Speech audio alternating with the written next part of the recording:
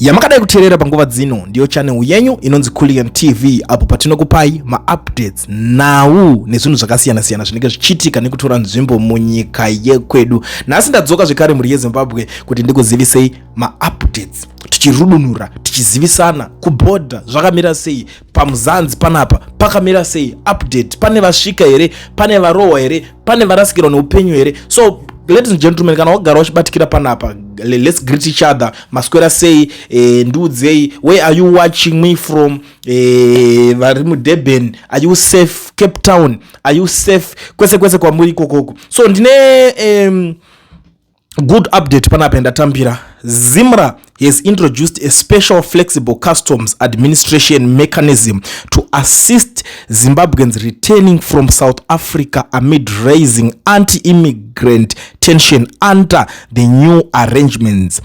Returning residents can bring personal household goods into Zimbabwe duty-free, while qualifying pre-owned business equipment may receive customs rebates.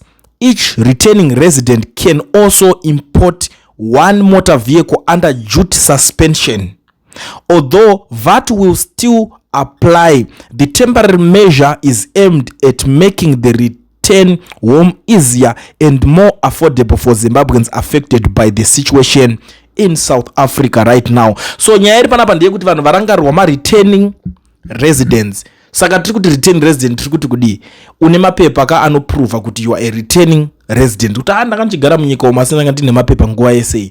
Ubvonzi zvakanaka ipfura yenyu nepaBoader, uyai nezvidziyo zvenyu, uyai nemagaba nemapoto enyu amanga muchishandisa ikoko zvakanaka zvinenge, uyai nemametress mibhedha yenyu yamanga muchishandisa. Ndo magudzo acho ari kutaurwa kuti ndinogona kuti inini ndanga ndine mota yangu, mota ngadziuyewo, but I think munogona kuzosanganawo paVAT apa kune vanenge vane dzimotikari. So this is the current situation right now iri panapa iri kuitika. So vari kutraya kuda kubatsira maZimbabweans, and it's a good thing because inyaya dzekuti tinenge takadzinamatira kubva day one nyaya idzi kuti please help us. What are you planning to do for us as citizens? Isusu hatina kamari dzekubhadhara majuti, tichaita sei? Zvinhu zvedu zvicharamba zviri kunogera, todzoka tisina chatinacho, tosekwa. Inonda ndichitaura nyaya iyi yanga ichitosekwa nevakuru vakasiyana siyanawo varimo mumapolitics imomo vachiti iwewe zvonotaura unotaura kuti munhu haagone kumwa mvura yemufiriji. And I was like, imimi munogona here, hanzi kuti munhu haagone kumwa mvura isiri yemufiriji. Akati munozvigona here kumwa mvura isiri yemufiriji yacho? Because ngatitaure zvinhu sezvazvingori, life sezvaingori. Munhu haachagone kugara asina microwave yake padhuze. Imimi mukuzvigona here kugara musinawo mamicrowave enyu padhuze.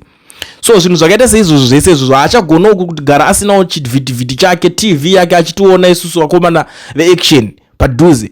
So imi munogona here kugara musina zvinhu zvese izvozvo, and vobva kugara pasi vakaonesana vakati I think nyaya inoda kuti tese inge ichifambirwa. So nzvimbo dzakasiyana siyana dzange dzichiafectika muri yeZimbabwe muzora nhasi nekuburikidza kwemadhemo anga achiitika. Vakomana vanga vachiratidzira, vakomana nevasikana vepamuzanzi panapa kwanga kusina kumira zvakanaka. Kutoona kuti zizi the whole day tanga takatowanda because unga uchitoshaura kuti todii vakomana, nekuti anything can happen. Hauzivi kuti upenyu hwacho zvakamira sei. Kungomuka uchirarama hauzivi kuti mangwana ndinomuka ndiri mupenyu here kana kuti zvinomuka zvakadhakwa. And zvakare ndiri kutambira another good news yanga iri kutaurwa panapa from Temba Port Ngwarara chinza donata 50 mabuses ekukwanisa kutakura vanhu vese vekumaNicaland from South Africa via Bedbridge border post. Saka ndo chimwe chechinhu futi changa chaita se chafambirwa chagadzirikwa kuti vakwanise kunge vachita se vachinobatsirawo vachingonomira ipapapa. Saka muri yeZimbabwe vane zvidziyo zvavo nyaya mangoinzwawo kuti unongopinda, but pari kutaura ma-returning residents. Saka hatidi kuti muzovhiringidzika because pane zvimwe zvokuti une zvidziyo zvako usina passport, you don't have anything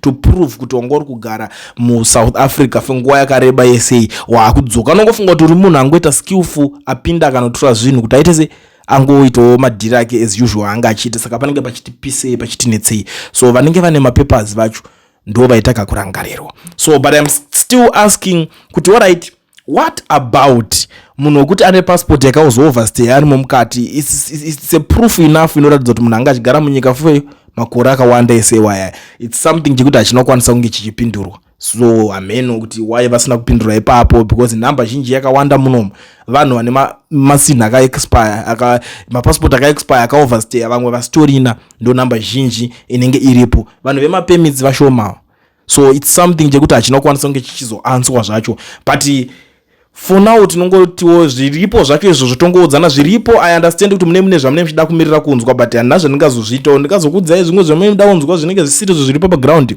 hazvizotenge zvinhu zviri fair. Saka ndangoti ndingopfura iriyo update yangu yandangoti ndingotanga ndichizivisana nemi tichizopinda munyaya dzimwe dzese dziri kuitika munoziva kuti pakulieni kana dzinge zvatanga kudai so hakudyiwe rinopisa.